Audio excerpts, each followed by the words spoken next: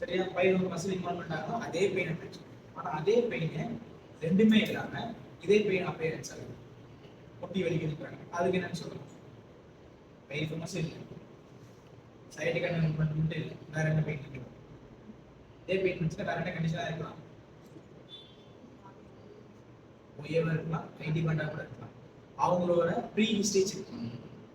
So கீழே விழுந்ததுனால ஆச்சா, இல்லை ரொம்ப அவங்களோட ஆக்குபேஷன் இல்லை, லாங் டைம் ரன்னர்ஸா, இல்லை ஆக்குபேஷனில் சடன்லி லைஃப் ஸ்டைலை மெயின்டைன் பண்ணுறீங்களா, இல்லை இந்த மாதிரியான ஹிஸ்ட்ரி தான் எடுத்து வந்து நீங்கள் எப்படி உங்களுக்கு என்ன அக்கறை இருக்குன்றதை கண்டுபிடிக்கணும். குமிஞ்சு ஒரு வெயிட் தூக்கணும்னா மேபி பேக் ஏதாச்சும் இன்வால்மெண்ட் இருக்கலாம், இல்லைன்னா குளூட் மசில் ஏதாச்சும் இன்வால்மெண்ட் ஆகிருக்கலாம், இல்லை லாங் ஸ்டாண்டிங் லாங் ரன்னராக இருந்தாங்கன்னா இலிட்டிபிள் பேங்க் இன்வால்மெண்ட் இருக்கலாம். சடனாக நீ ட்விஸ்டிங் ஏதாச்சும் ஆச்சுன்னா லிகமெண்ட் இன்ஜுரியோ இல்லை வேற ஏதாவது சம்திங் முடிச்சியே டிபெண்ட் பண்ணி உங்களோட இதை வந்து பார்த்துக்கணும்.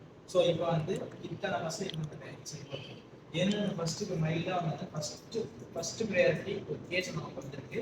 இப்போ இதை நீங்கள் எப்படி ரெடி பண்ணுவீங்க? ஃபர்ஸ்ட் ப்ரையாரிட்டி ட்ரைனிங்குள்ளே வராங்க ஒரு பேஷண்ட் என்ன பண்ணுவீங்க? நான் ஒரு டைப்ல பண்ணுவேன். நான் வந்து என்னோட ஃபர்ஸ்ட் பேஷண்ட்டுக்கு வந்து, அதாவது எனக்கு வர பேஷண்ட் தான் ஃபர்ஸ்ட் ப்ரையாரிட்டி. அவன் எதுக்கு எங்க வீட்டுக்கு வந்தான்? பெயினை கம்மி பண்றதுக்கு என்னென்ன மாடலிட்டிஸ் இருக்கு? Stimulation, electrical stimulator, ultrasound, IFT, stains, magnetic therapy, wax, எல்லாமே பெயின், பயோதெரப்பி, எல்லாமே பெயின் கம்மி பண்ணுறது.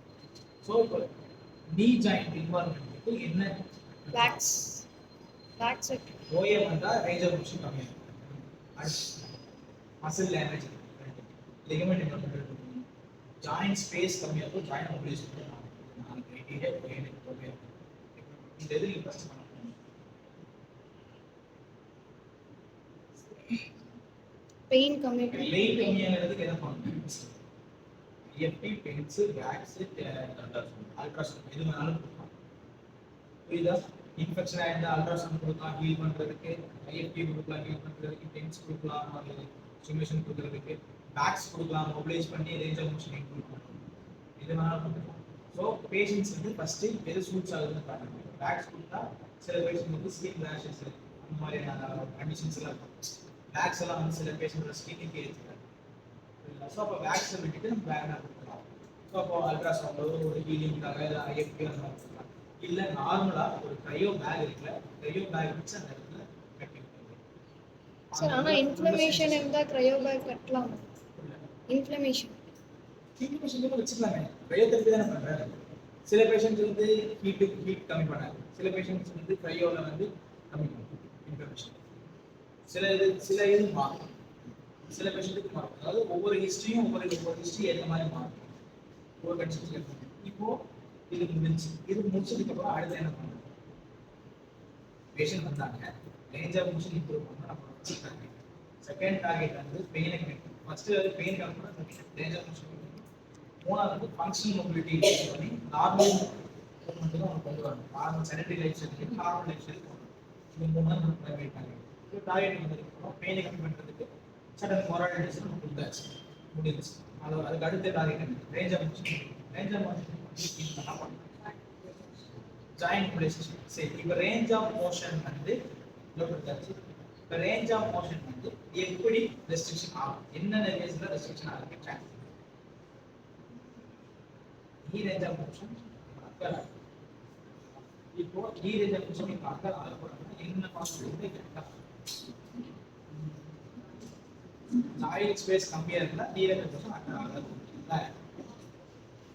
ஆஸ்டியோபேட் காம்ப்ரஷன் ஜாயிண்ட் ஸ்பேஸ் அக்கல் ஆகாது. லிகமெண்டோட ஸ்ட்ரெயின் இருந்தால் அந்த ப்ளேஸ் பண்ணி கொடுத்தது. அடுத்து பர்சைட்டிஸ் எல்லாம் நம்ம நெக்ஸ்ட் ஷார்ப் இஷ்யூஸ்ல இருக்கிற எந்த இஷ்யூஸ் இருந்தாலும் உனக்கு வந்து ரேஞ்ச் ஆகிட்டு அந்த ரேஞ்ச் ஆஃப் மோஷன் அக்கல் ஆகும். இப்போ ஷார்ப் டிஷ்யூல ஒவ்வொரு மசில்லையும் என்ன இன்வால்மெண்ட் நீ பிடிக்கணும், என்ன மசில் இன்வால்மெண்ட்